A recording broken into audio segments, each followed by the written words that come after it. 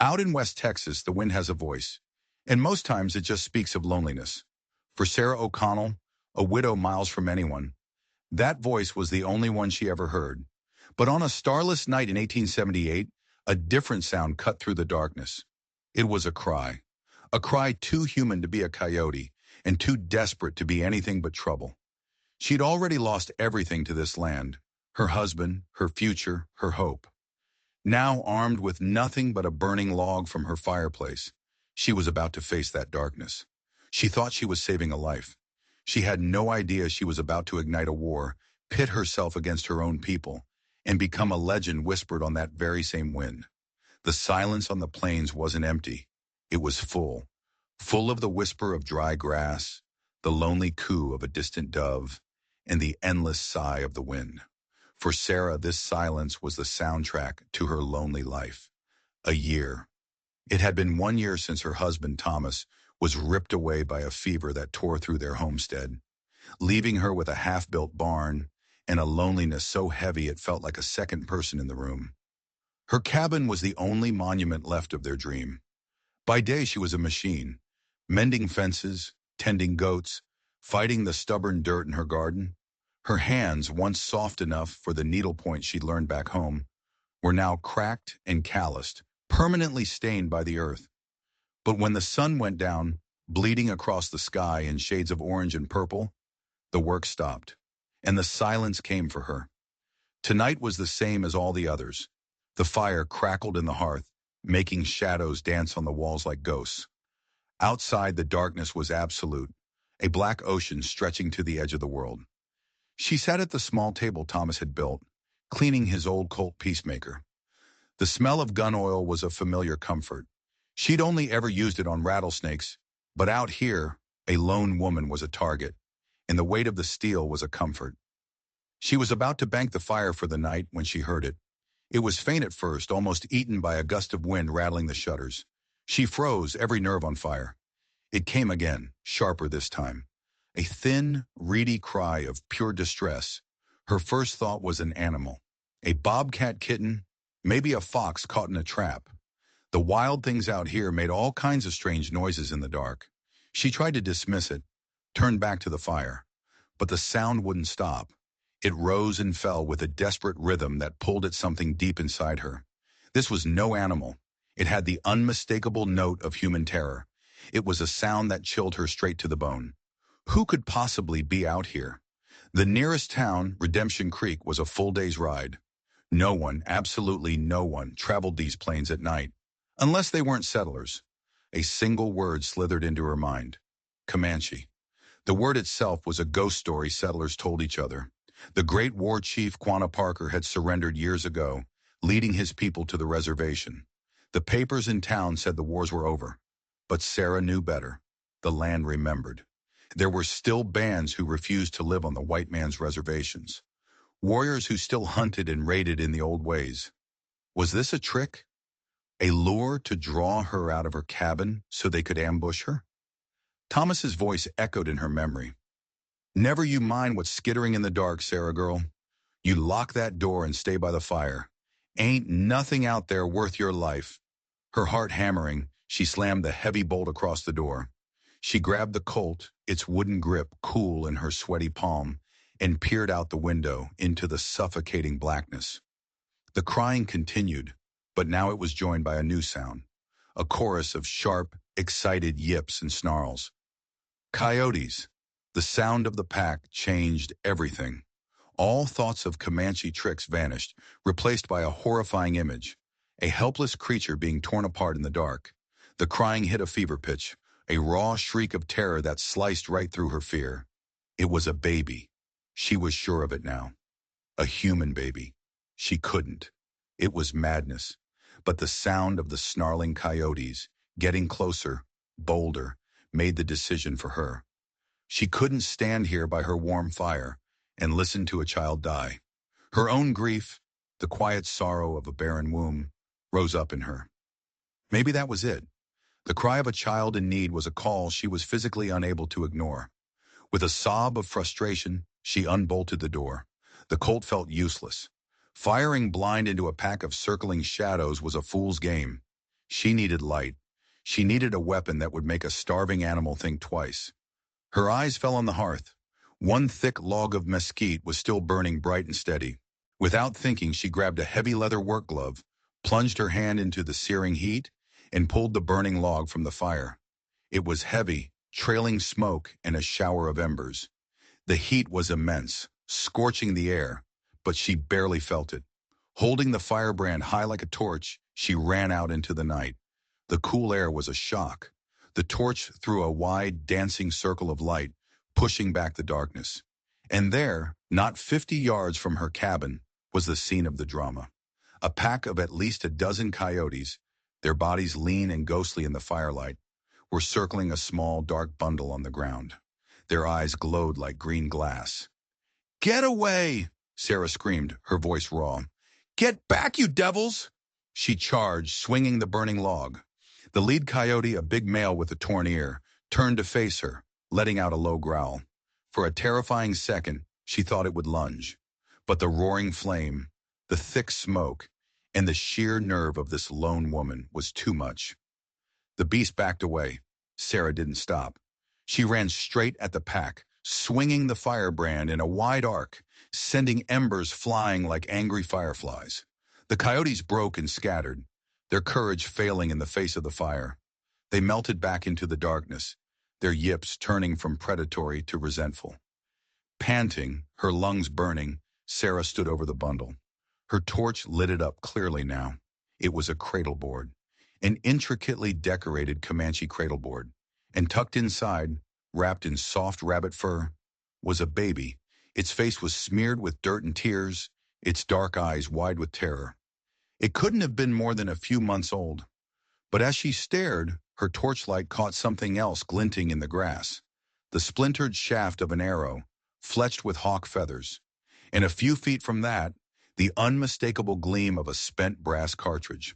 The kind the Army used in their new Springfield rifles. A cold dread, far deeper than the fear of the coyotes, washed over her. This wasn't a lost child. This was a survivor. Somewhere out there in the dark, very recently, there had been a storm of violence, and she was standing right in the middle of it. Her hands trembling, she reached down and lifted the cradleboard. The baby, exhausted, let out one last shuddering whimper and fell silent. Holding the Comanche infant, Sarah O'Connell stood alone under the vast, indifferent Texas sky. The smoking firebrand in her hand, the only thing separating her from a world of trouble she couldn't even begin to imagine.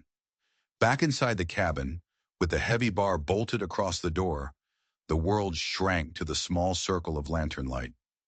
The air was thick with the smell of smoke and fear. Sarah placed the cradleboard gently on the wool blanket of her own bed and just stared, her mind racing to catch up. The child was quiet now, its dark, almond-shaped eyes watching her with a startling intensity. Its skin was the color of polished copper, a tuft of jet-black hair peeking from the rabbit fur wrappings. It was a beautiful child, a Comanche child. Her shaking hands moved to examine the cradleboard. It was a work of art. The wooden frame was wrapped in soft deerskin, the beadwork exquisite. Blue and white beads formed symbols she didn't understand but could feel the power of. A dragonfly, a symbol of protection, was stitched near the top. Small buckskin pouches, likely holding herbs or a piece of the child's umbilical cord, were tied to the sides. This wasn't just any baby. This was the cherished child of an important family. Nausea rolled through her. What happened to them? The rifle cartridge and the broken arrow told a bloody story. A cavalry patrol, buffalo hunters. She imagined a frantic mother, fleeing in the dark, falling from a horse, losing her precious cargo in the chaos. Was she dead? Or was she out there right now, wounded, searching for her baby? The thought was a knife in her heart. The baby made a small fussing noise. It was hungry. Panic, sharp and practical, cut through her shock. What do you feed a baby this small? She had her goats. Goat's milk. Was it too strong? She had no choice. Working with a clumsy tenderness, she unlaced the cradleboard and lifted the infant out. It was a boy. He was wrapped in soft hides, a small turquoise amulet on a leather thong resting on his chest. He was clean, well cared for. She held him against her shoulder, and the warmth and weight of him was a strange and powerful comfort. All the loneliness of the past year seemed to focus on this one small life in her arms. A fierce, protective instinct she thought had died with Thomas roared to life inside her. "All right now, little one," she whispered, her voice husky. "Let's see what we can do for you." Milking her nanny goat by lantern light was surreal. She diluted the milk with boiled water, just as she'd heard women in town talk about. She had no bottle. She found a clean strip of linen, dipped it in the warm milk, and gently touched it to the baby's lips. He turned his head away at first, but then the scent registered. His mouth latched onto the cloth, and he began to suckle, his tiny fists clenching and unclenching.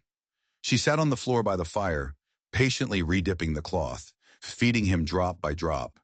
With every swallow he took, a knot of tension in her own chest loosened. He was safe. He was fed. For now. But for now was a dangerous thing on the plains. As the baby drifted off to sleep in a makeshift bed she made from a wooden crate, the full weight of her situation came crashing down. Keeping him was impossible.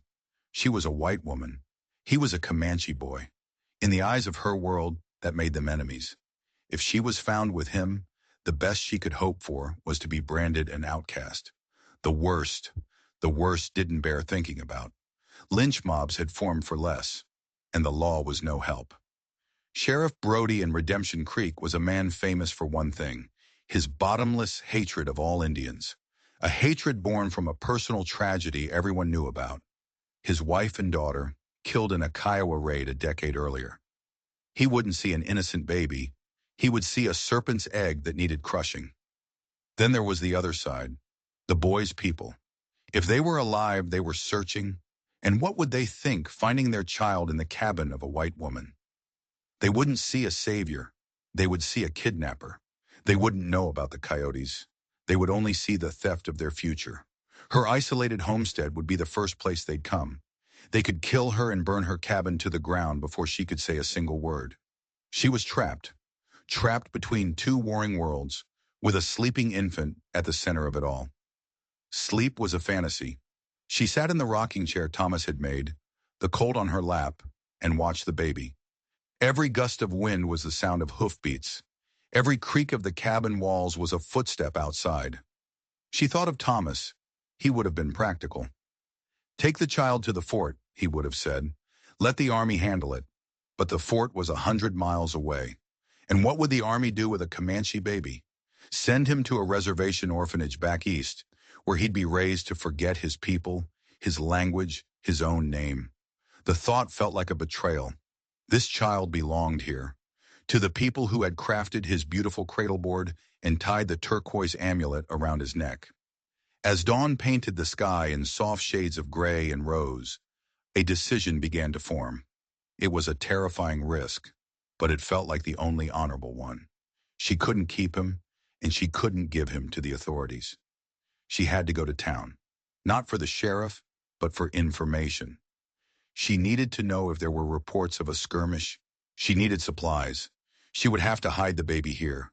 She could ride in, get what she needed, listen to the town gossip, and be back before nightfall. As the first rays of sunlight slanted through the window, the baby stirred. He opened his eyes and looked at her, and for a fleeting second he smiled, a tiny, trusting, innocent smile that hit Sarah with the force of a physical blow. "Moses," she whispered, the name coming to her from nowhere, found in the reeds, saved from the wilderness. "I'll be back for you, little Moses, I promise." She fed him again, then secured him in his makeshift bed, placing it in the small root cellar beneath the floorboards. It was the only place he would be safe from prying eyes. As she covered the trapdoor with a rug, the silence of the cabin returned. But it was different now. It was a heavy, expectant silence, filled with the weight of the secret she now carried. She saddled her mare Dusty and slipped the colt into her saddlebag. As she rode away from the cabin, she didn't look back. Looking back felt like admitting she was terrified, but she could feel the cabin behind her, a tiny, fragile box holding the most dangerous and precious secret of her life. The ride to Redemption Creek was an exercise in pure paranoia. Every shimmer of heat on the horizon looked like a rider. The vast emptiness of the plains felt like a stage, scrubbed clean and waiting for the next act of violence. Redemption Creek was a collection of stark, unpainted buildings, huddled together against the endless wind. It had a church, a saloon, a general store, and a sheriff's office, all the building blocks of civilization. As she rode down the main street, she could feel the eyes on her. A lone woman was always a curiosity. A lone widow was a story. She tied Dusty outside Miller's Mercantile. The bell above the door jangled. Martha Miller, the proprietor's wife in the town's central hub for gossip, looked up from behind the counter. She was a thin, bird-like woman with eyes that missed nothing. "Sarah O'Connell," she said, her tone a mix of surprise and pity. "Been a while. The ride treat you all right?" "It was fine, Martha," Sarah replied, forcing a calm she didn't feel. "Just need supplies." "Heard anything from the west?" Sarah asked, trying to sound casual. "Any news from the patrols?" Her heart skipped a beat. She had to know. Martha leaned forward, her voice dropping to a conspiratorial whisper. "Well, now that you mention it, Clayton Monroe and his boys, the buffalo hunters, they rode in 2 days ago. Said they had a run-in with a Comanche hunting party up near the Canadian River breaks. A real skirmish, from the sound of it." A cold knot formed in Sarah's stomach. The Canadian River breaks weren't far from her homestead. Not far at all. "A skirmish?" Sarah pressed, her voice tight. "What happened?" "Oh, you know Clayton," Martha said with a dismissive wave. "Full of hot air and cheap whiskey. He was over at the saloon, bragging they'd taught him a lesson," said the Comanches scattered after they opened up with their Sharps rifles. The Sharps rifle, a heavy caliber weapon, a spent cartridge. The pieces clicked into place with horrifying certainty. Clayton Monroe's gang of thugs hadn't just had a run-in. They had ambushed a family, and in the chaos, the baby had been lost. Her blood ran cold. "I see," Sarah said, struggling to keep her voice even. "I need some linen cloth, the softest you have, and a small tin of sweetened condensed milk." Martha's eyebrows shot up. "Condensed milk? Planning on some fancy baking, Sarah?" "Something like that," Sarah lied, avoiding her gaze. "And I need to see the doc. My hand." She held up her right hand. She hadn't even noticed until now, but an angry red blister had formed on her palm where she'd gripped the burning log. Martha's suspicion was momentarily replaced by concern. "Good heavens, child, what did you do?" "Careless with the fireplace," Sarah mumbled. She paid for her goods, her hands trembling. She could feel Martha's eyes boring into her back as she left the store. The gossip was already taking flight. Next door, through the window of the sheriff's office, she saw Sheriff Brody at his desk. He was a bull of a man, with a thick neck and a face permanently set in a scowl. He looked up as she passed, his eyes cold and assessing. She hurried on. Doc Miller's office was at the far end of town. The place smelled of carbolic acid and stale pipe smoke. The doc himself, Elias Miller, was a stark contrast to the rest of the town. An educated man from back east with weary eyes that had seen too much. "Well, Mrs. O'Connell," he said, not getting up from his chair, "what fresh hell has the prairie visited upon you?" "My hand," she said, showing him the blister. He grunted, finally getting up to examine it. "Firebrand," he stated, his touch surprisingly gentle. Sarah flinched. "How did you know?" "Seen it before. Usually on a drunk cowboy trying to prove something. You've been fighting something off in the night." He looked at her shrewdly. "Coyotes? Or something on 2 legs?" "Coyotes," she said, too quickly. He didn't press. He lanced the blister, applied a salve that stung fiercely, and wrapped her hand in a clean bandage. He then looked at the items she'd bought from the mercantile. Linen and condensed milk, an odd combination for a burn. Sarah's resolve crumbled under his intelligent gaze. "Doc," she began, her voice low, "hypothetically, if a person were to find, say, a newborn goat, an orphan, would this condensed milk be better?" Doc Miller stopped. His eyes narrowed. He looked from the supplies to Sarah's face, to her bandaged hand, and a flicker of deep suspicion crossed his features.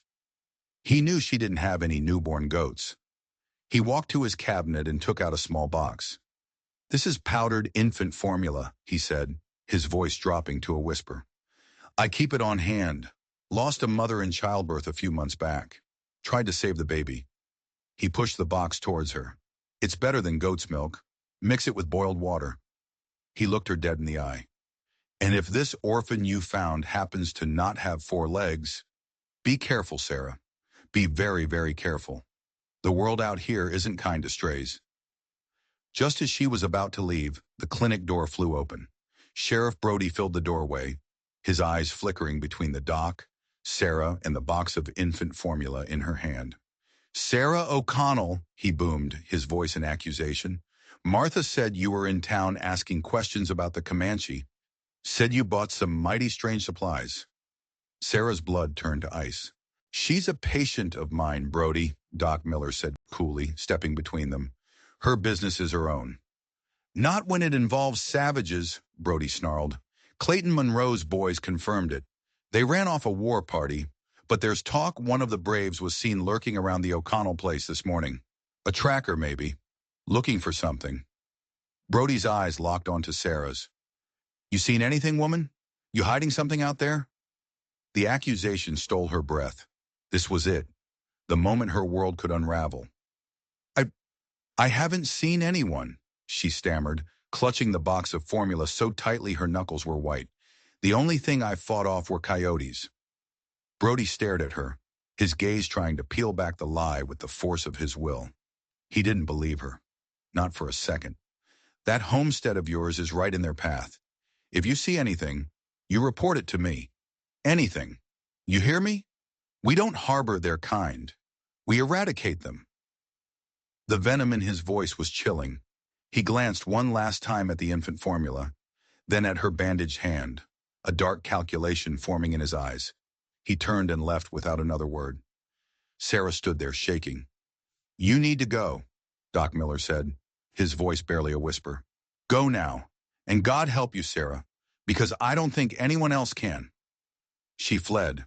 She untied Dusty and galloped out of Redemption Creek as if the devil himself were on her heels.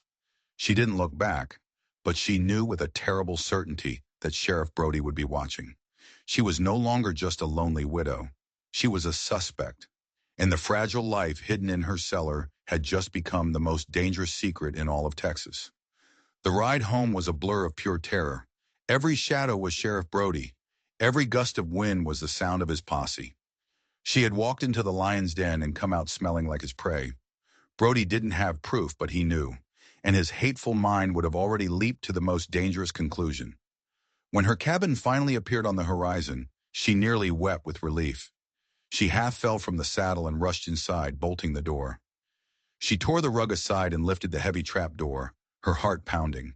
For one horrible, silent moment, she feared the worst. But then she heard it, a soft, rhythmic breathing. Peering into the cool darkness, she saw him. Little Moses was sound asleep in his crate, safe. She lifted him out, holding him close, his warmth a fragile shield against the chill of her fear. His eyes fluttered open and looked up at her with pure, simple trust. That trust was both a comfort and a terrible burden. The rest of the day was spent on high alert. She mixed the formula and he took to it eagerly. As she cared for him, she found herself talking to him in a soft voice, telling him about the homestead, about Thomas. He just watched her, his dark eyes seeming to understand everything. As dust settled, she knew she couldn't put him back in the cellar. If Brody came snooping, it would be the first place he'd look. She had to keep the baby with her, ready to hide, ready to run. She sat in the rocking chair, the baby in one arm, the Colt Peacemaker on the table beside her. Night fell, and the immense silence of the plains returned. But it wasn't the silence of loneliness anymore. It was the silence of a siege. She was a prisoner in her own home, caught between the hate from the town and the unknown intentions of the Comanche. Exhaustion was a physical pain. She must have drifted off, the baby sleeping soundly on her chest. She was woken by a sound so subtle it was almost nothing. A soft scrape against the front door. Not a knock, not a boot. Just a whisper-light touch. Her eyes snapped open. Her heart leaped into her throat. The fire had burned low, filling the room with deep shadows. Slowly, silently, she reached for the Colt. She crept to the door, her stocking feet making no sound. She pressed her ear against the rough wood, listening. Nothing. Just the wind. Had she dreamed it? Then she saw it, in the crack beneath the door. A sliver of something that hadn't been there before. Terror warred with a desperate need to know. Brody wouldn't be this quiet. A posse would be loud. This was something else. This was the stealth of the plains. Taking a deep breath, she lifted the heavy bar from the door. It groaned in the stillness. She pulled the door inward, just a crack, and peered out. No one. The prairie was empty, but her porch was not. Her breath caught in her throat. Draped carefully over the frame, and folded neatly on the porch steps, were blankets. Not the rough wool blankets from the mercantile. These were Comanche blankets, at least 3 of them. They were magnificent, woven with intricate patterns in deep reds and blacks. One was a buffalo robe, tanned to the softness of velvet, with a warrior's life story painted on the inside. Another, draped over the doorknob, was smaller, exquisitely soft, made from the pelts of dozens of white winter weasels stitched together. It was a gift, an astonishingly valuable, deeply significant gift. A buffalo robe like that was a man's history. A blanket of weasel pelts was fit for a chief's child. This wasn't just a thank you. This was a message. They had been here. They had watched her. They had seen her fight off the coyotes. They had seen her take the child into her home. They knew. And instead of arrows and fire, they had left her a gift of honor. They were thanking her for protecting their son. She stepped out onto the porch. She reached out and touched the weasel pelt blanket. It was impossibly soft. This was the work of a mother, a labor of love that had taken months. To leave it here, it was a gesture of profound trust. She looked out into the darkness, but there was nothing to see. They were gone as silently as they had come. They were letting her know they were close, that the child was under their protection, but they hadn't stormed her cabin. They were respecting her. They were treating her not as an enemy, but as a guardian. A single tear slid down her cheek. In one night, her entire world had been turned upside down. The savages of Sheriff Brody's hateful stories had shown more grace and honor than anyone in the so-called civilized town of Redemption Creek. They had seen her actions, not the color of her skin. She carefully gathered the blankets. The buffalo robe was heavy, smelling of wood smoke and sage. She brought them inside and laid them out. Their vibrant colors were a stark contrast to the drab reality of her life. They were a whisper from another world. She knew this wasn't the end. It was a reprieve. A message had been sent. Now a response was awaited. They would be back for the child. But the fear that had gripped her was beginning to change. It was still there, but it was mixed with a sense of wonder and a strange, fierce pride. She had done the right thing, and in the heart of this dangerous, lonely land, someone had noticed. Holding little Moses a little tighter, Sarah finally felt a sliver of peace. She was no longer just waiting for a confrontation. She was waiting for a meeting. The next 2 days passed in a strange, dreamlike state. The magnificent blankets transformed her drab cabin. Caring for Moses, she felt an affection so powerful it terrified her. She knew the inevitable goodbye would carve a new kind of grief into her heart. All the while she felt a watchful presence around her homestead, but it was no longer menacing. It felt like a silent, protective guard. On the morning of the 3rd day they came. They didn't storm the horizon. They simply appeared, 3 riders cresting the low ridge to the west, moving at a slow, deliberate walk. Their posture conveyed solemn purpose, not aggression. Sarah's heart began to pound. This was it. She had imagined this moment 100 times, but she knew now that fear was the wrong response. Trust had been offered, and she had to meet it in kind. Leaving the sleeping baby inside, she stepped onto the porch, her hands empty and open at her sides. She stood there, a lone figure in a faded dress, and waited. The lead rider was a man of immense presence. He sat on his pony with an innate dignity, his face a mask of stern grief. He was broad-shouldered, his long hair braided with otter fur, an eagle feather tied at the back of his head. This was a chief, Beside him rode an elder, his face a web of wrinkles, and a younger warrior whose tense eyes darted across the landscape. They stopped 30 yards away, a respectful distance. The chief's gaze swept over her, then to the door of her cabin. There was no threat in his eyes, only a powerful, questioning sorrow. The elder dismounted and walked forward, his hand raised, palm open. "Habla español?" he asked, his voice raspy with age. "Un poco," Sarah replied, her voice trembling slightly. The old man nodded. He introduced the chief as Ta Napanu, Sunrise. He introduced himself as Isimanica, Old Owl. His ancient wise eyes searched hers. "We saw," Old Owl said, his Spanish slow and deliberate. "We saw the sky dogs, the coyotes. We were too far, wounded from the hunters' guns. We saw you come from your house with fire." He made a motion with his hand, mimicking her swinging the firebrand. "You fought for him. You saved the son of our chief." The confirmation was staggering. This tiny infant was the son of the proud, grieving man before her. "His mother?" Sarah asked, her heart clenching. "She is with us," Old Owl assured her. "Her horse fell. Her leg is broken, but her heart is broken more. She sent the white weasel blanket." He paused, letting the weight of his next words sink in. "It was a gift. From a mother to a mother." Those words struck Sarah with the force of a physical blow. They hadn't seen an enemy. They had seen the universal spirit of a mother protecting a child. Tears welled in her eyes. "Please," she said, gesturing to the cabin. "Come." It was a monumental risk, but it was the only human thing to do. Tayanapanu dismounted and walked towards her, his eyes fixed on the door as if he could see through the wood to his son. But just as he reached the porch, a new sound shattered the fragile peace, the thunder of galloping hooves from the east, from the direction of town. Sarah whirled around, her heart plummeting. A cloud of dust rose, and from it emerged at least 10 riders moving fast. At their head, unmistakable even at a distance, was the furious, bull-necked form of Sheriff Brody. The young Comanche warrior let out a sharp cry, his knife flashing in his hand, but Old Owl checked him with a firm grip and a sharp command. Ta Napanu froze, his body tensing, his grieving face transforming into the hard mask of a war chief.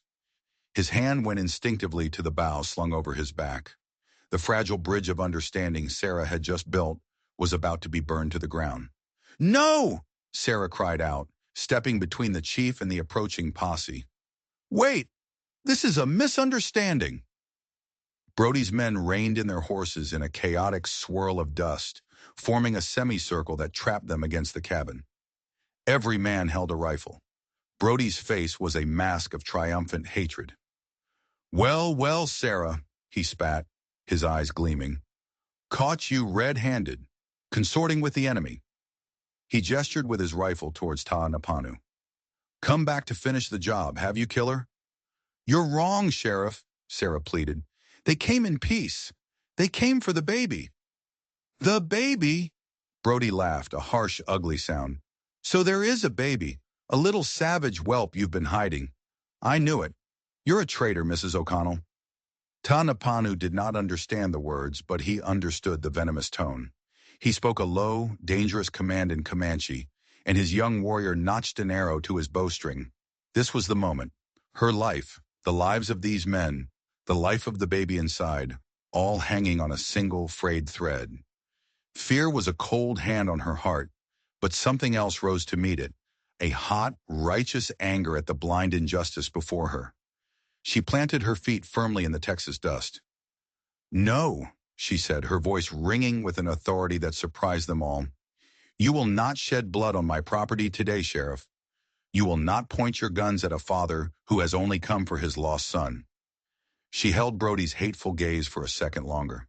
"If you want to shoot him," she declared, her voice unwavering, "you will have to shoot me first." Then she did the unthinkable. She turned her back on the sheriff and his posse, a gesture of ultimate defiance, and faced Taya Napanu. She held his gaze, trying to convey a silent message of trust before walking into the cabin. She left the two armed, hostile groups staring at each other over the impossible chasm of her courage.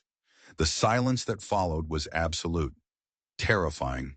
a taut wire of tension that could snap at any second, unleashing a volley of gunfire that would soak the dry earth in blood. Outside, Sheriff Brody's face was a mask of pure rage, his knuckles white on his rifle. He was being defied by a lone woman in front of his men. Across from him, Napanu stood like a statue carved from rock, ready to meet violence with violence. Inside the cabin, Sarah moved through a storm of fear and resolve. There was no choice. There was only the right thing to do. Her hands, surprisingly steady, went to the wooden crate. Little Moses was awake, his dark eyes watching her. She lifted him, wrapping him carefully in the impossibly soft weasel pelt blanket his mother had sent. For one last moment, she held him close, his warmth a familiar comfort against the new ache in her chest. A single tear fell onto his cheek. "Be strong, little one," she whispered. "Your people are waiting." Taking a deep breath, she walked back to the doorway and stepped onto the porch. The baby held securely in her arms. The sight of her with the Comanche infant was a physical shock to the posse. The abstract idea of a savage whelp was one thing. The reality of a beautiful, healthy baby wrapped in a pristine white blanket was another. A ripple of disbelief went through Brody's men. These were ranchers and farmers, not cold-blooded killers. They had come to fight warriors, not to witness the reunion of a father and his son. Several men unconsciously lowered their rifles. Tanapanu's eyes fell upon his child, and the warrior's stoic mask dissolved completely, replaced by a look of such raw, overwhelming love that it was breathtaking. A soft sound, a choked gasp of a name, escaped his lips. Sarah walked down the 3 steps of her porch, placing herself directly in the no-man's land between the two groups. She walked slowly, deliberately towards Tanapanu, her back to the armed posse. "See, Sheriff?" she called out, her voice clear and steady. "This is the monster you came to hunt." She turned, forcing them all to look at the peaceful child in her arms. "A lost baby who I found crying in the dark, about to be taken by coyotes. I did what any decent human being would have done. I saved his life. His father has come to thank me and take him home. That is the entire story." "That child is a trick," Brody bellowed, his authority faltering. "A bargaining chip. They'll burn you out the second they have him." But the spell of his hatred was broken. The men were looking at the baby, at the Comanche chief's face, at Sarah's calm defiance. They were seeing the truth. Sarah ignored him. She turned and walked the final few feet to Ta'anapanu, whose entire being was focused on the child. She held the baby out to him. For a moment, the great chief seemed almost hesitant, as if overwhelmed. Then, with a reverence that was deeply moving, he reached out his strong arms and took his son. He cradled the infant against his chest, murmuring soft words in Comanche, burying his face in the soft blanket. The younger warrior and old owl stepped forward, their hard faces alight with joy, each touching the baby's head with a gentle finger. Finally, Tanapanu looked at Sarah. The gulf of language and culture between them was immense, but in that moment, their shared humanity formed a perfect, unspoken bridge. There were no words for the gratitude, respect, and sorrow that passed between them. He reached up and gently untied the single, perfect eagle feather from his braided hair. It was a sacred object, a symbol of the highest honor, of courage, and of a connection to the Creator. He held it out to her. Sarah took it. The feather was light as air, but felt as heavy as a lifetime of meaning in her hand. This simple, profound gesture of peace was more powerful than any rifle. It shattered the posse's fragile resolve. One of the ranchers lowered his rifle completely and spat in the dust. "This ain't right, Sheriff," he declared. "I'm done here." Another man followed suit, then another, their aggression turning to shame. Brody watched his authority evaporate into the hot Texas air. He was left isolated, his hatred a lonely, impotent thing. With a curse torn from his bitter soul, he wrenched his horse around. "You'll regret this, Sarah O'Connell," he snarled. "When they come back to burn you out, don't come crying to me for help." He spurred his horse and galloped away, a solitary figure of rage disappearing back towards town. The rest of his men followed more slowly, refusing to meet Sarah's gaze. Sarah was left alone with the 3 Comanche men. Tanapanu gave her one last long look, a look that acknowledged her sacrifice and her strength. He nodded his head once, a gesture of kingly respect, then mounted his pony, his son held securely against his heart. Without a backward glance, they rode west, carrying their future with them, melting back into the vast, wild land that was their home. Sarah stood and watched until they were just specks on the horizon. She was alone again. The silence returned, but it was changed forever. In her hand, she clutched an eagle feather. She was an outcast, a woman who had defied her own people. But as she looked at the wide open sky, she did not feel afraid. She had found a strength she never knew she possessed. Her future was uncertain, but her spirit, once as barren as the plains around her, was finally, resiliently, at peace. The story of Sarah O'Connell is more than just a tale of the Old West. It's a powerful testament to the fact that true courage isn't about how fast you can draw a gun, but about your willingness to stand for what is right, even when you have to stand alone. In a world defined by conflict, she chose compassion. She listened to the cry of a child instead of the voices of hatred. And in doing so, she forged a fragile bridge between two warring worlds. History isn't just made by famous generals and gunslingers. It's made by ordinary people who, in extraordinary moments, choose to act with extraordinary grace. These are the stories we strive to bring you, the forgotten legends and quiet acts of heroism that truly shape the world we live in. If Sarah's story moved you, please give this video a like and share it with someone who appreciates a tale of true grit. And if you haven't already, make sure you subscribe and hit that notification bell so you never miss another incredible story from the pages of history that deserves to be remembered.